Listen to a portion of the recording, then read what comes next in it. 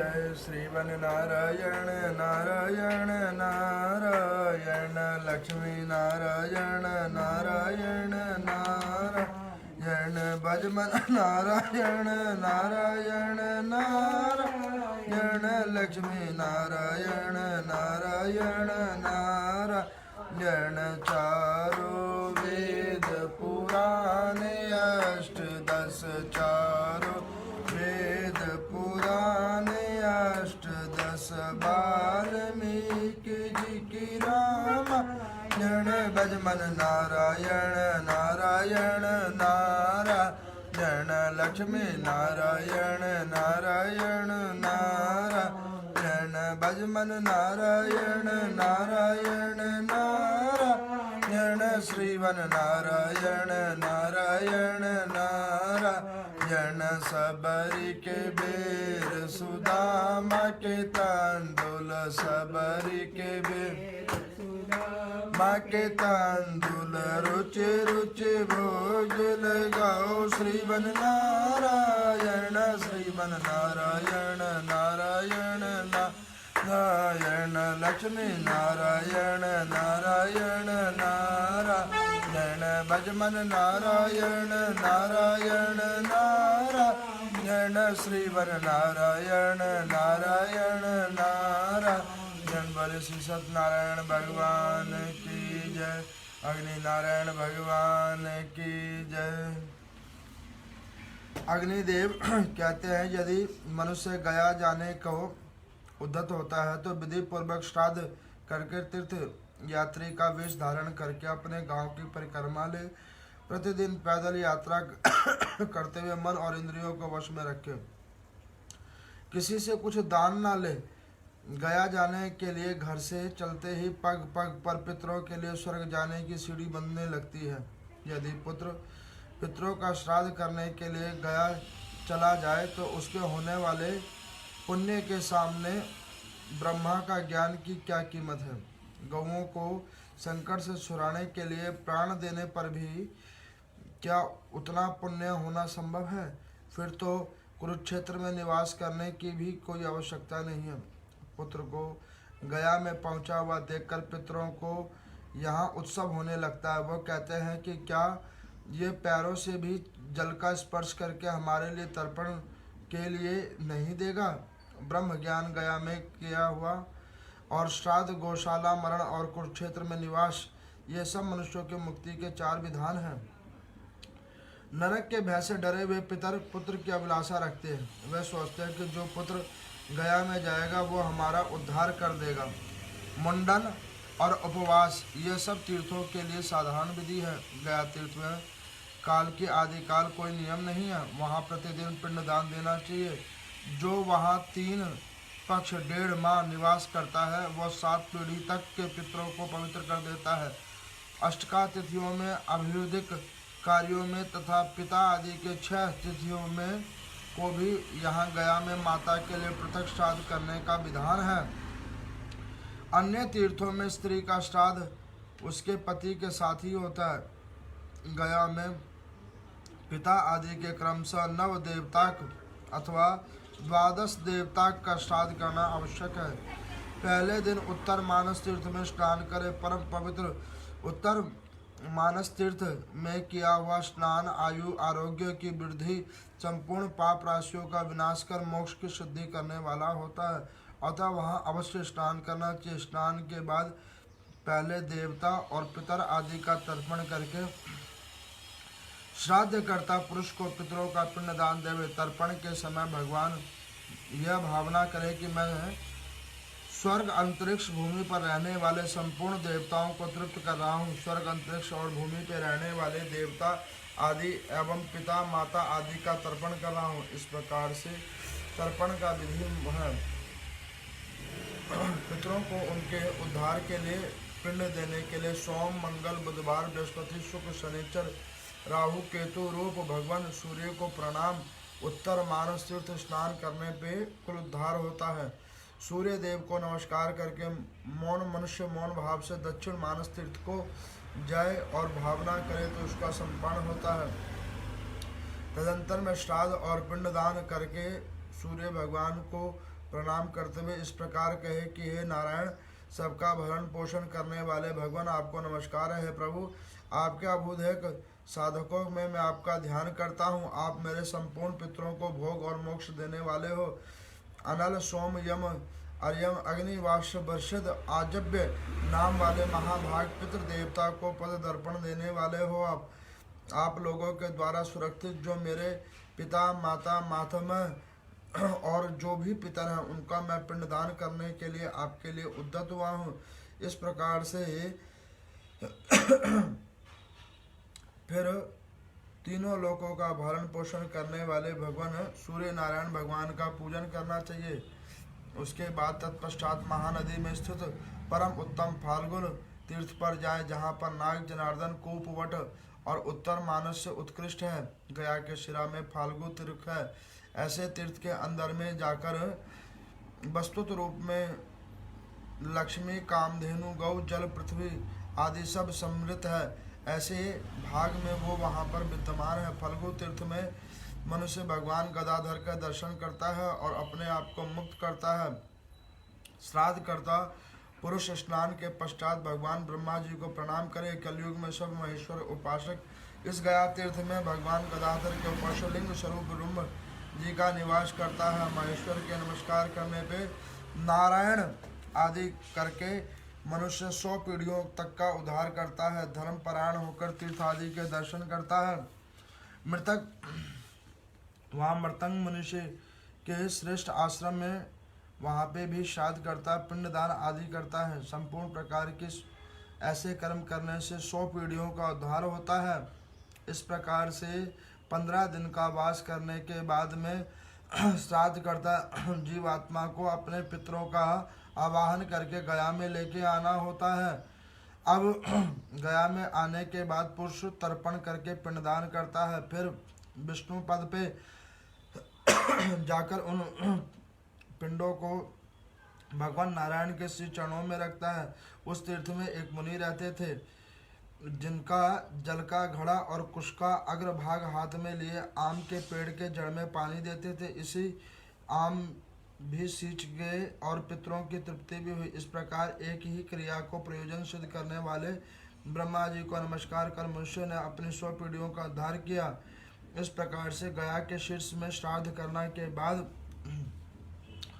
मुंड पृष्ठ आदि में गयासुर को साक्षात रूप देखकर वहाँ पर अमृत की धारा करते हुए अक्षय दान और दशमेध तीर्थ भी वहाँ पे होता है, जिसके अंदर में शमी के वृक्ष के बराबर के पत्ते पे पिंड को देने से पितरों को नरक आदि से मुक्ति होती है। वहाँ पर खीर, आटा, सत्तू, चरू और चावल से पिंडदान बनता है। तिल मिश्रित गेहूं से भी रुद्रपाद में पिंडदान करके मनुष्य अपने आप को मुक्त करता है। इस प्रकार से ब्रह्म पद में श्राद्ध करने वाले को दशनाग्नि, ग्राहपत्य अग्नि और अवाहिनी अग्नि में स्नान करने का पुण्य यज्ञ फल मिलता है। इस प्रकार से वहाँ पर चंद्रमा, सूर्य, गणेश, अगस्त, कार्तिकेय करने वाले का कुल का उद्धार होता है और पद को आदि को प्राप्त करता है। अपने पितरों को ब्रह्मलोक पहुंचा देता है। ऐसे कर्म करने पे कहते हैं कि विशाल नगरी में एक विशाल नाम से प्रसिद्ध राजपुत्र थे। उन्होंने ब्राह्मणों से पूछा था कि उसके पुत्र की प्राप्ति नहीं है और उसकी उत्पत्ति किस प्रकार होगी। तो उन्होंने कहा था कि गया में पिंडदान करने से ये सब तुम्हें प्राप्त होगा। तुम्हारे पितरों के आशीर्वाद से तुम्हें पुत्र की प्राप्ति होगी। फिर विशाल से कहा कि फिर उन्होंने पूछा कि हे देव, श्वेत वर्ण वाले ये पुरुष कौन है। तो वो कहने लगे कि यही तुम्हारे धर्म प्रतिज्ञित पितर हैं, जो श्वेत वर्ण को है शुभ कर्म से इंद्रलोक को गए हैं। अथवा ये लाल रंग वाले जो तुम्हारे पितामह है, ये नरक में पड़े हुए हैं। अब इनकी वजह से तुम्हारे घर में पुत्र की प्राप्ति नहीं हो रही है। फिर उन्होंने कहा कि पिंडदान करो, फिर पुत्र आदि का मुक्त करो, तब वो श्री हरि को प्राप्त करेंगे। एक प्रेतों का राजा था, जिन्होंने अन्य प्रेतों के साथ बहुत पीड़ित होकर वणिक होकर वो नाना प्रकार के दुख भोगता था। श्रवण नक्षत्र और द्वादशी तिथि के योग में वह प्रतिदिन मध्याह्न के समय जीवन रक्षा के लिए उपस्थित होकर करता था।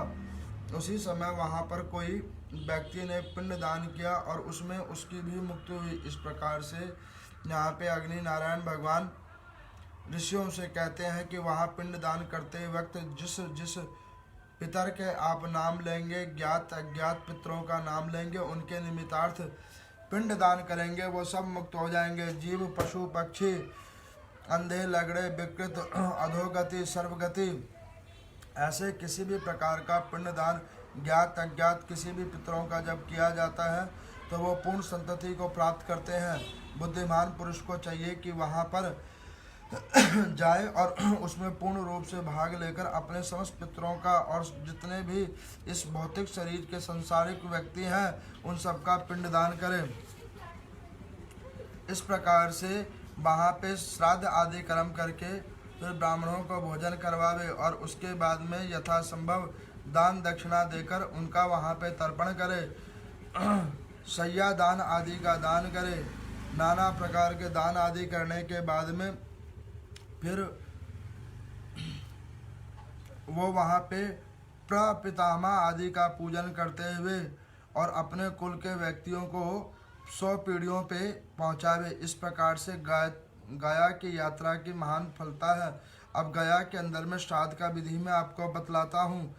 नदी के तट पर में पिंडदान करने का महात्म है। उसमें सोम कुंड के अंदर में जाकर प्रविष्ट करके जीवात्मा को एक पिंडदान बनाना चाहिए।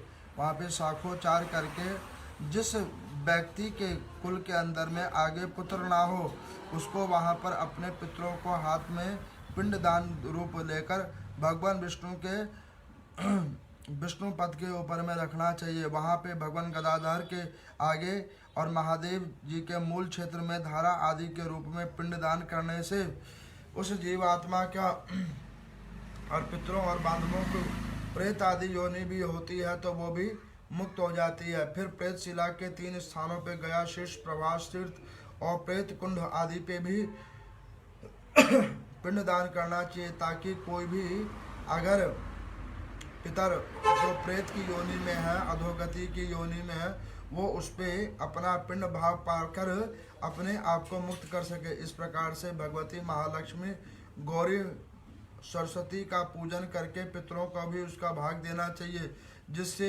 वो आगे मोक्ष को प्राप्त करके वो हरि की उपासना करें। फिर वहाँ पे देव पूजा होने के बाद में नाना प्रकार के गरुड़ पुराण आदि का भी श्रवण करना चाहिए। ऐसे करने के बाद में ऐसे मनुष्य तीनों ऋणों से मुक्त होकर अपने कुल को तारते हैं और देव रूप होने के बाद परम गति को प्राप्त करते हैं। इस प्रकार से फल्गुनेश्वर फल्गुन चंडी तथा अंगार आदि देवताओं को स्मरण करते हुए वहाँ मृतंग मुनि के स्थान पे पिंड दान करने के बाद में धेनु रूपेण रूप में वो पुरुष को फलदायी रूप लेता है। इस प्रकार से गया की परिक्रमा करके ब्राह्मणों आदियों का पूजन करके 15 दिवस के बाद में जीवात्मा अपने क्षेत्र पे केश आदि का दान करने के बाद फिर वह अपने गृह अवस्था में पूर्ण को प्राप्त करता है। यहाँ पे आज की कथा में अग्नि नारायण भगवान कहते हैं कि कौन सा मनुष्य गया जाने के योग्य है। तो वो यहाँ पे कहते हैं कि देखो गया कौन जाता है। सबसे पहली बात गया कौन जाता है। जिस कुल के अंदर में अगर कुल में कोई पुत्र संतान ना बचे, पुत्र संतान और ना बचे और कुल विश्राम की ओर है तो उस समय में जो लास्ट पीढ़ी है उसको चाहिए कि वो गया में जाके अपने समस्त पितरों को स्थान दे दे। मेरे को किसी ने एक बार पूछा था कि पंडित जी क्या हम लोग भी जाकर ऐसे गया में जाकर स्थान दे दें पितरों का। तो मैं आपको बतलाऊं कि ऐसे पितरों का स्थान गया में नहीं देना चाहिए। गया में जाकर कौन स्थान देता है? जिसके कुल में अब कोई बचा ही नहीं है, जिनके कुल में अब कोई बचा नहीं है पिंड देने के लिए। तो ऐसे जीवात्माओं को चाहिए कि भाई अब कुल में कोई बचा नहीं है तो उनको वहाँ पे जाकर पिंड दान करना चाहिए। वैसे शास्त्रों में लिखा हुआ है कि पिंड दान करना बहुत फलदायी है। अभी आपने कथा में श्रवण किया, उसमें वो बता रहे हैं कि जो पुत्र पिंड दान कर लिए जितनी पग अपने उठाता है उसके उतने जो पीढ़ियां हैं वो नारायण को प्राप्त करती हैं, स्वर्ग को प्राप्त करती हैं। अब वो यहाँ पे बतला रहे हैं अग्नि नारायण भगवान कि गया जी में जाने के बाद में सर्वप्रथम क्या होता है। तो गया जी में जाने के बाद में सर्वप्रथम जीवात्मा को पहले उस क्षेत्र को प्रणाम करके और अपने घर से पितरों का आवाहन करके वो एक सूखे गोले पे लेके जाता है। सूखे गोले के ऊपर में अपने पितरों का आवाहन करके जो भी उसके ज्ञात पितर है वो उनको लेके जाता है और वो जाकर वहाँ पे कुल के पुरोहित को देता है, जो उनके कुल के पुरोहित होते हैं।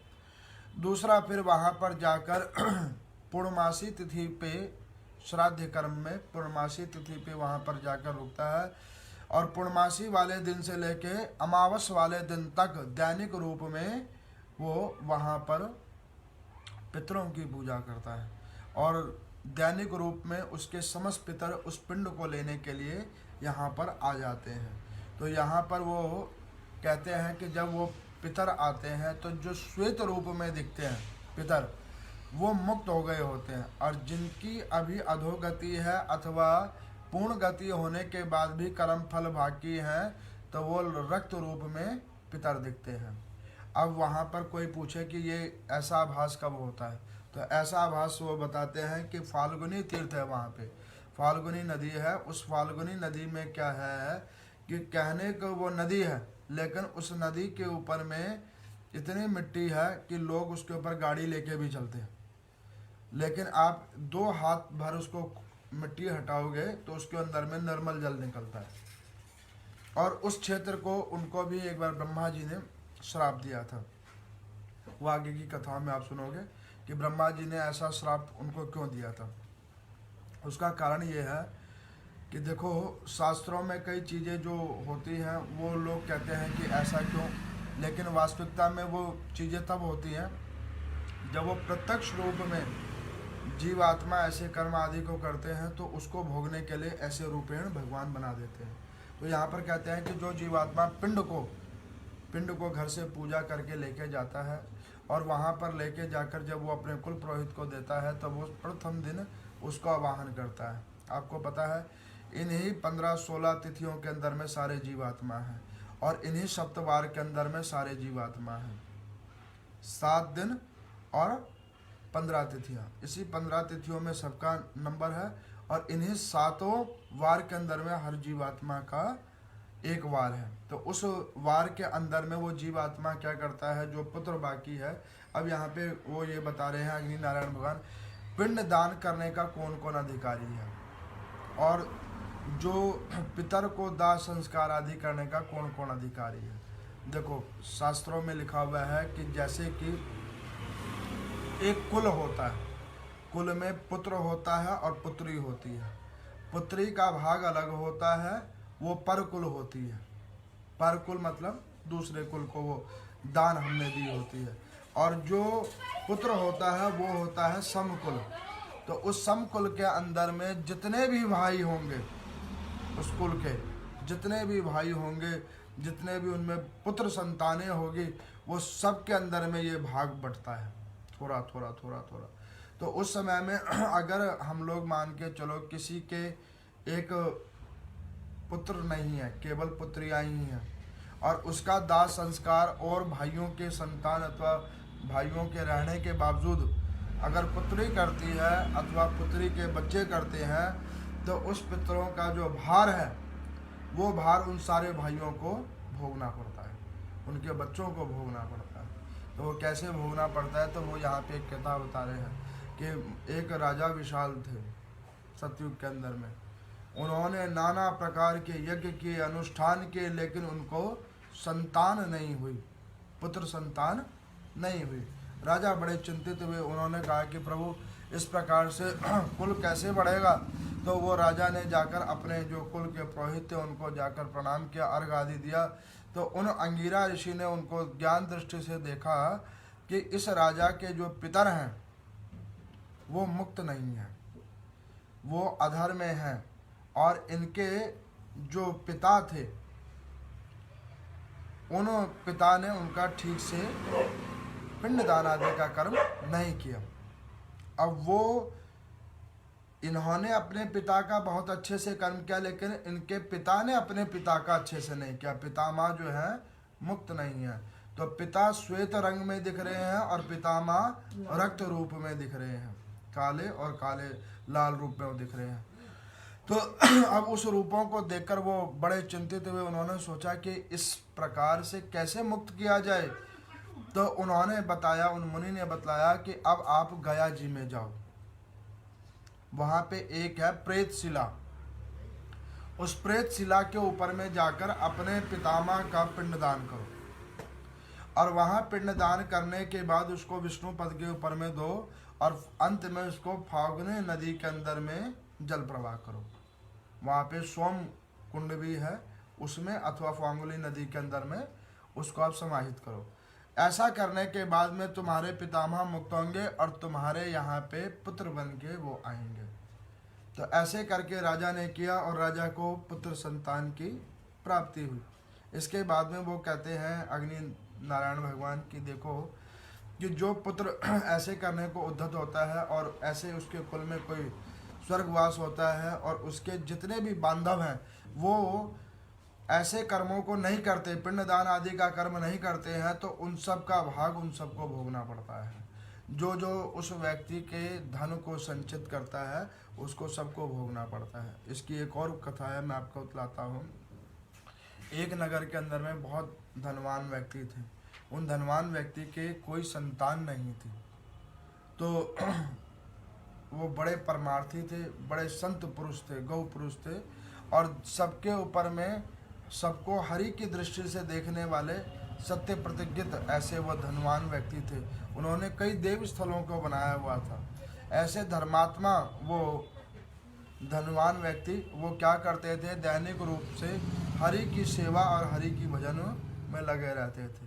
ऐसे धनवान व्यक्ति के एक समस्या की थी कि एक संतान नहीं थी, दूसरा जो कुल बांधव थे वो उनसे स्नेह नहीं करते थे, उनकी धन वस्तुओं से स्नेह करते थे। जैसे समय बीता और उनकी जब वो स्वर्गवास को प्राप्त हुए तो उनके धन की लेने की इच्छा सारे कुल के बांधवों ने एकत्रित होकर लिया और उनका पिंडदान आदि कर्म नहीं किया। जब उनका पिंडदान आदि कर्म नहीं किया तो जब वो यम के पास पहुँचे तो यमराज ने उनकी देखी, पूरी उनका वृतांत देखा और धर्मराज जी को बीच में बुलाया। उन्होंने कहा कि प्रभु, ये व्यक्ति अपने आप को मरनासंध करके मेरे पास में आया है, अब इसके अनुसार आप क्या करोगे? तो उन्होंने कहा कि देखो, ये जीव आत्मा को जो भी कर्म फल भोग के यहाँ पे आया है, अब इसका वृतांत देखने के बाद में होगा। तो उनका जब वृतांत खोला गया तो वृतांत में देखा कि ये व्यक्ति बहुत धर्मात्मा था और बहुत ही पुण्य आत्मा था। इसने सदैव जन कल्याण किया, अपने कर्म तो बड़े उत्तम किए, कर्म फल बड़े उत्तम किए, लेकिन अंत गति जो थी इसके पूर्ण फलाब्धों के अनुसार वो इसको पुत्र संतान नहीं हुई और उसके फलस्वरूप इसका पिंडदान नहीं हुआ, तो इसकी ये गति हुई है। तो उन्होंने क्या करा कि उसको प्रेत बना दिया, उस धनवान व्यक्ति को प्रेत बना दिया। अब प्रेत तीन प्रकार के होते हैं। एक होते हैं अधोगति वाले, जो किसी के द्वारा मारे गए, किसी ने फांसी लगा लिया, कोई और दुखी हो गए, एक तो वो प्रेत होते हैं। दूसरे प्रेत कौन होते हैं कि जो कर्मों के द्वारा बनाए गए हैं, उनके नहीं थे ऐसे, लेकिन कर्म फलों की वजह से वो बने हैं। तीसरे प्रेत वो होते हैं कि जो अपना जीवन काल में कोई एक ऐसी कामना करके वो अपने मन में विचार करके रह जाते हैं और वो उनकी कामना जब पूरी नहीं होती है अंतगत्वा तक, तो उन्हें भी प्रेत योनि में डाल दिया जाता है। तो ये तीन प्रकार के प्रेत होते हैं। तो उनमें से ये दूसरे नंबर के प्रेत बने धनी व्यक्ति। दूसरे नंबर के जब ये प्रेत बने तो उन्होंने जो है बड़े दुखी हुए। अब धर्मराज जी भी बड़े दुखी हुए कि इसने सारे सत्कर्म किए, लेकिन इसकी गति करने वाला इसके कुल का कोई नहीं हुआ, लेकिन इसके धन को लेने वाले सारे हो गए। तब धर्मराज जी ने क्या करा कि उस धन के अंदर में पाप डाला और उस पाप को भोगने के लिए उसके जितने भी कुल व्यक्ति थे उनको बीच में मध्य कर दिया। ऐसे सारे व्यक्तियों के बीच में वो जीवात्मा को पाप का भाग मिला। अब उसके कुल में धन तो सबको मिला, लेकिन उस धन से कोई फलित नहीं हुआ। अब उनके कुल में क्या होने लगा, शादी नहीं होने लगी, शादियों पे विश्राम हो गया। नाना प्रकार के रोग व्यवधान आदियों का प्रकोप आने लगा। नाना प्रकार के लोग से कष्टों से कष्टित होने लगे। त्राही त्राही करके वो धन भोगना उनके ऊपर में भारी हो गया। तब वो दुखी होकर उन लोगों ने जाकर उपायों को पूछा, और उपायों के पूछने के बाद में फिर वो जीवात्मा को किन्हीं ने बतलाया कि जाओ और अपने कुल के ऐसे पितरों का पिंड दान करो जिनकी तुम गति नहीं कर पाए।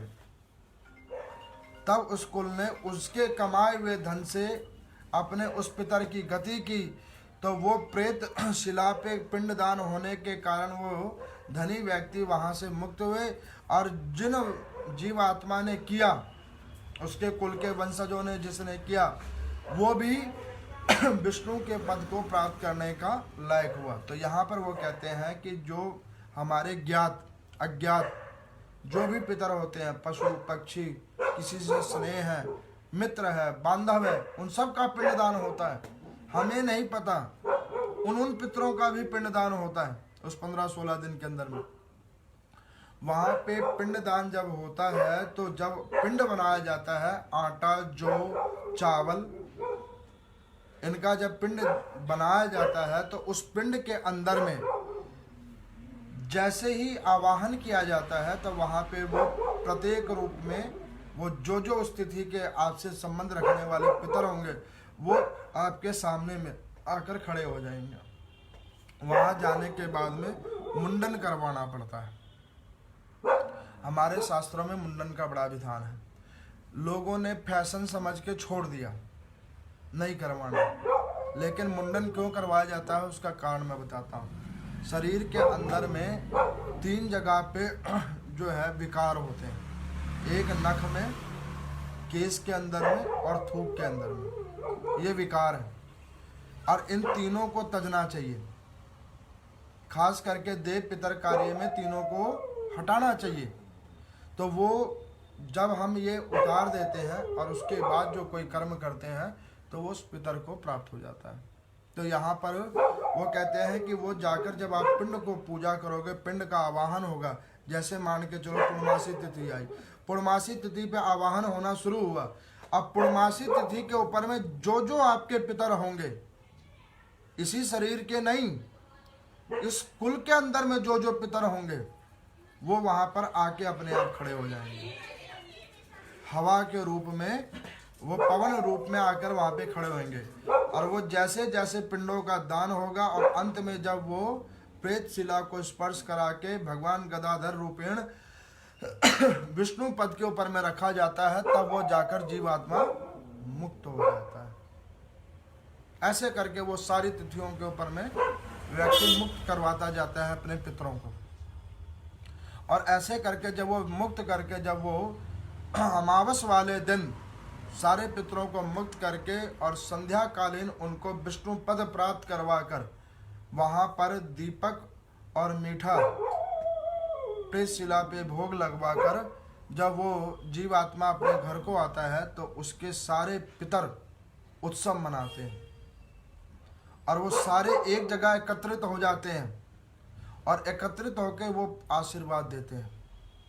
और आशीर्वाद देकर वो कहते हैं कि इस कुल के बच्चे ने हमारे निमित्तार्थ किया है, इन सब का कल्याण हो। अब वहाँ से जो करके आ जाता है तो शास्त्रों में क्या वर्णन है कि उस व्यक्ति को आगे के जो है सो पितरों के निमित्तार्थ अब श्राद्ध कर्म करना की कोई आवश्यकता नहीं है, क्योंकि वो विष्णु पद को उसके सारे पितर प्राप्त कर चुके हैं। लेकिन अब यहाँ पर क्या होता है कि हम लोग जाते हैं एक दिन के लिए, एक दिन के लिए जाते हैं और वहाँ पर जाकर वो ब्राह्मणों को पूछते हैं, फटाफट वो करवा देते हैं और एक दिन में वो जो भी कुछ करवा देते हैं। और उसमें हम लोग क्या सोचते हैं कि हमारे सारे पितरों का हो गया, और सारे पितरों का हो गया और उसके बाद श्राद्ध कर्म करना छोड़ देते हैं। तो फिर क्या होता है कि उनके पितर आते हैं, जो उनके पितर होते हैं वो आते हैं, वो अपने स्थान पे आते हैं, मांगते हैं, नहीं मिलता है, खाली हाथ चले जाते हैं, उसी अनुसार वो फल दे के चले जाते हैं। तो करना क्या चाहिए, शास्त्रों में विधान है कि आप जब भी आपके पितरों का हो, पहली बात गया तब जाओ जब कोई कुल में नहीं बचा है, करने वाला नहीं बचा है, अथवा आप धर्मशील व्यक्ति हो, आपने कर भी दिया है, तो जो उनकी तिथियां हैं उन तिथियों पे उनके निमित्तार्थ अन्न अवश्य निकालना चाहिए। आपको मैं बतलाता हूँ, हमारे में तो सारा कर्म ही गया में होता है, A to Z। जो कोई जीवात्मा ब्राह्मण समाज में हमारे में पूर्ण होता है वो गया में जाके ही उसकी 13वीं होती है, लेकिन उसके बाद सारा कुछ उनके होता रहता है दैनिक रूप में, उनको वहाँ पे पूर्ण रूप से स्थान दिलवाया जाता है। उसके बाद जो पुत्र हैं वो उनका पिंड दान करते रहते हैं, जब तक प्रभु नारायण की कृपा से वो स्वस्थ हैं तब तक उनका पिंड दान करते रहते हैं। तो यहाँ पे अग्नि नारायण भगवान कहते हैं कि जो ऐसे जीवात्मा जो अपने पितरों का ऐसे भाव निष्ठा से अपने आप को मुक्त करवाते हैं, उन पितरों को मुक्त करवाते हैं, तो वो उनके पितर भी स्वर्ग लोक से आशीर्वाद देते हैं कि जिस प्रकार से तुमने हमें मुक्त किया है इस चराचर योनियों से, ऐसे ही भगवान नारायण आपको मुक्त करें। ओम नमो नारायण।